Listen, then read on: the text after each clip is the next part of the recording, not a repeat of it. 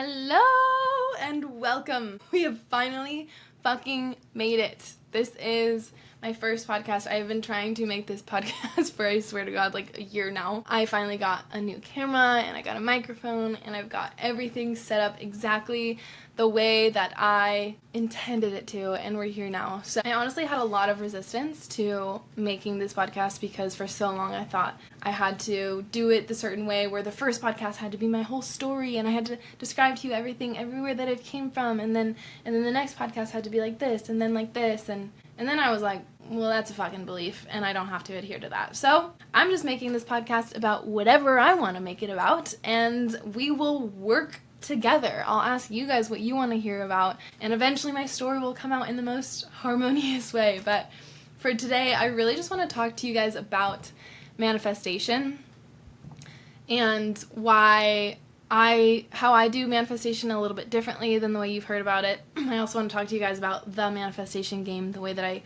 make it into a game. But first, manifestation.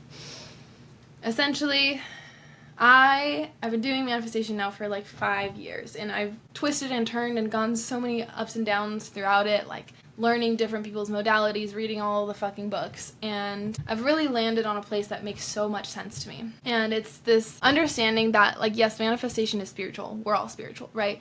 But there's a neuroscience that actually describes how manifestation works and why it works. And in landing in this way, I guess you could say, I have finally found a method or a system that works consistently. So for so long, I would do a manifestation practice and it would work, but it would work sometimes, or it would work with a partner, but it didn't work with money, or it was just so intangible and up in the air, and I felt like I had no true grasp on how manifestation actually works. And one thing to know about me that you're gonna learn really fucking quickly is that I'm a big why girly. I'm a big why girly. I love to know why. I've been this way from the day that I was born, I swear to God. And in everything that I've done, in every practice that I've learned, in every teaching, I'm always asking, but why? But why does that work? But why does Reiki work? But why do all of these things actually work? And yes, there's phenomena and some things that maybe we're just not meant to understand. And also, I'm learning a lot about our beautiful neuroplastic brain and how we are meant to be creators. Literally, I mean, I'm sure you've heard it. We're made in the image of God, right? We're made in the image of the creator of the universe. And if we're made in the image of the creator in the universe, wouldn't it make sense that we were made to be creators? Wouldn't it make sense that we have neuroplastic minds that are malleable and adaptable, and that we can change our beliefs, we can change the way that we perceive reality to be able to create whatever it is that we want? So I really land so deeply into the neuroscience because it gives me a backbone and a place to confidently walk from in the creation of reality. I am going to try to do this in a way that's not so fucking neuroscientifically deep. I want to keep this a little bit more vague and surface level, but you'll notice I tend to veer off really quickly into the neuroscience and keep digging deeper and deeper of but why this? But why this? But why this? So I want to try to keep it relatively chill for today, and then if you guys want me to dig into the science, you got it. But essentially, our brains are neuroplastic, like I just mentioned, right? Which means that they're malleable and they can change. Neuroplastic means that our beliefs can shift and change in any regard. Any belief, any way that you perceive reality can be shifted and changed. When we are young, our brains are very neuroplastic.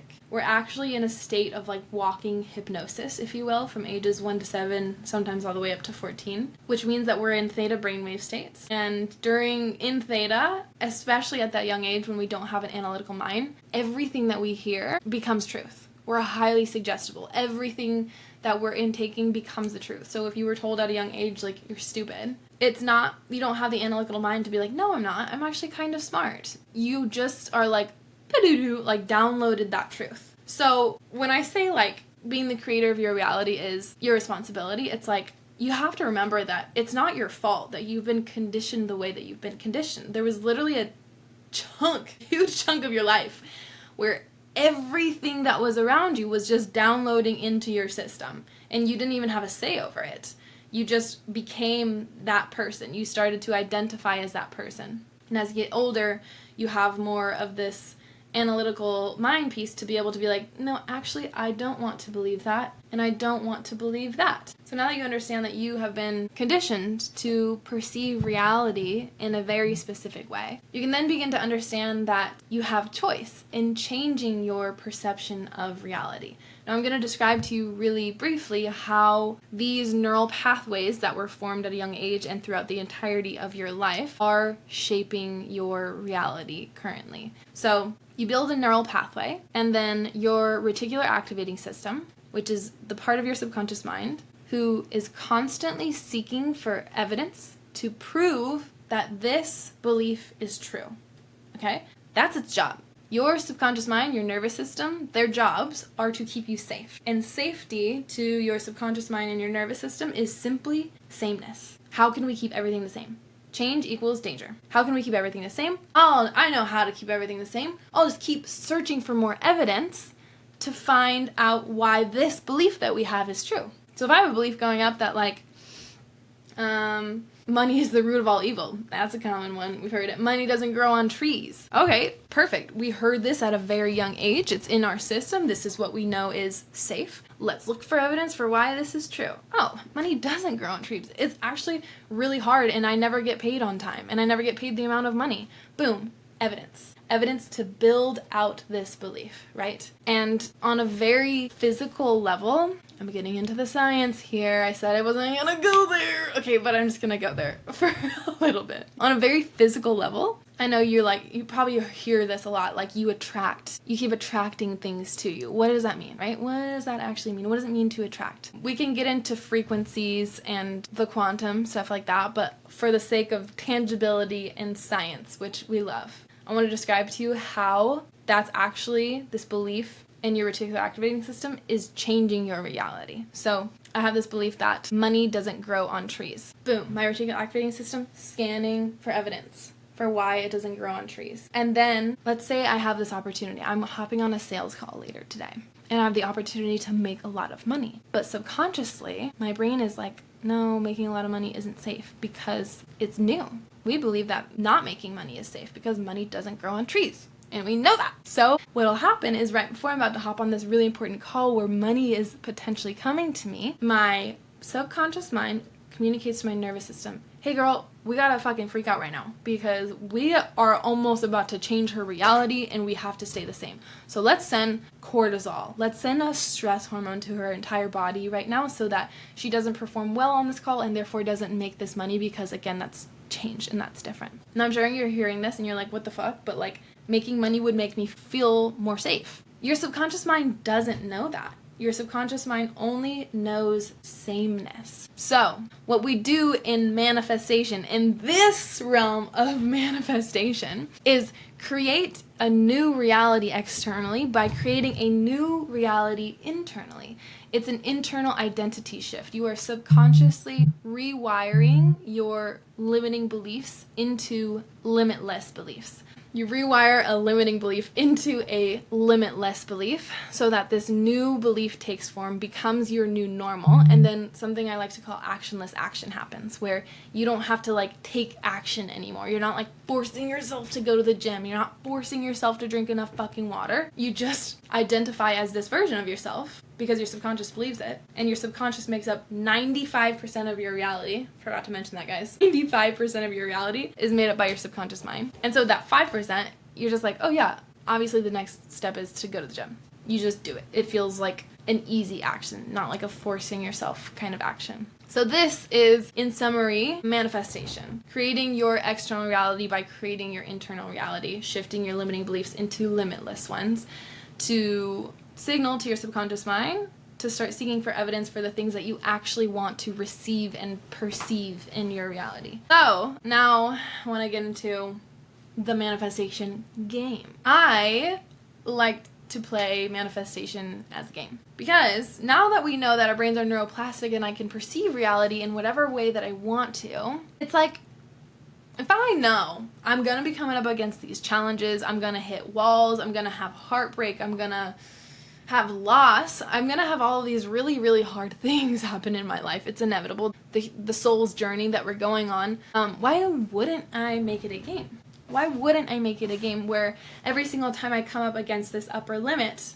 I know that on the other side of it, expansion is a next level. I like to think of it like every time I come up against a new challenge, it's like the final boss or something. And then I beat the challenge and then I get to the next level. And you never go backwards. You always keep going up and up and up. And sometimes you might revisit old levels just to be like, hey, what's going on here? Oh, yeah, that still sucks. To reiterate your strengths and circle back to the things that maybe patterns that want to be revisited. But this idea that it's a game allows me to know that going into every single shitty circumstance, that the version of me on the other side is fucking on some shit in a good way, killing it. So that when I am in a problem, I'm like, okay, this fucking sucks, I'm over this, but like I know I'm gonna get through it, and the version of me on the other side is like so stoked that I'm going through it. And I actually have a really specific process. I call this the limitless rewire, and it's my own exact technique on how to turn all of these challenging situations into limitless belief and rewire your beliefs on the spot. So this is like the idea that you shouldn't be searching for your limiting beliefs. You shouldn't be searching for your blockages. You shouldn't be doing shadow work every fucking day. Whatever, do what you want, but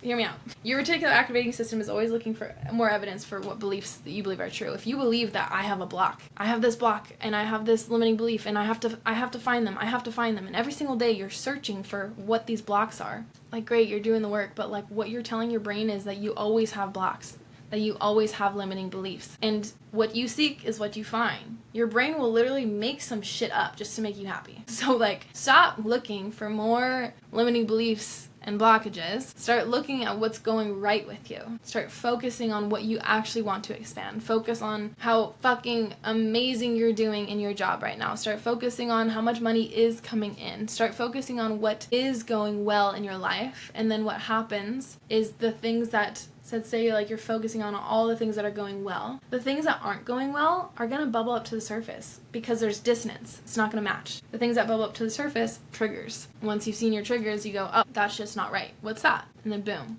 We go in, we turn that trigger into a limitless belief. You begin to move from that belief. So I just came in and fucking laid some shit down. I know I like just dove in here. Just like, this is just a quick little drop-in. I wanted to say hello. I want to tell you how I perceive manifestation. If you're interested in this, keep listening. I'm gonna drop a little suggestion box down in the show notes. I'll have it on my Instagram stories too. I'd love to hear any questions, any topics you guys want, any hot takes you want me to address or talk on. I would love to talk on it, so ask any questions you want me to go over. If you are interested in any of the things that we just talked about, everything I just mentioned is going to be a part of my 8-week course called The Manifestation Game, wouldn't you know, where I teach specifically soulpreneurs, entrepreneurs who are here to share their unique gift with the world, how to overcome these limiting beliefs every single time they come. It's a specific system, an operating system, because as an entrepreneur, specifically as a soulpreneur, you're going to keep reaching challenges and upper limits. Like, that is the evolution of the soulpreneur journey, is you reach an income cap and then you're like, okay, how do I grow more? And then you hit all these challenges and blockages, quote unquote blockages right here. And I teach exactly how to move through those. And I'm also teaching you something called a money glitch. Get it? The manifestation game. Love money glitch. It's my specific formula of how to actually create more money within your reality using neuroscience and hypnosis, which is rooted in neuroscience, and so much more. I'll drop the link in the show notes if you're interested in that. And then final thing that I'm so excited about is I'm doing a workshop on this. It's gonna be a condensed version of the manifestation game, if you will, where I'm only teaching one part of the manifestation game, and it's going to be the limitless rewire, where I'm teaching you the exact formula of how to turn your limiting beliefs into limitless beliefs and being able to apply that in any area of your life. And it's only going to be fucking $15 because I want you guys in there, and I want to be able to create this profound transformation in your reality. Again, will be in the show notes. If you're looking for a way to like just dive a little bit deeper into my work, that's the way. So lovely talking to you guys. I'm so excited to be able to dive so much more deeply in whatever topic comes up next. Please drop any suggestions, questions, hot takes, something that's going on in your life and you're looking for support in. I would love to address all and any of those topics here. This podcast is for you guys and for me because I get a place to finally talk about all the things that I'm so excited about. But yeah, I'll talk to you guys soon. See you later.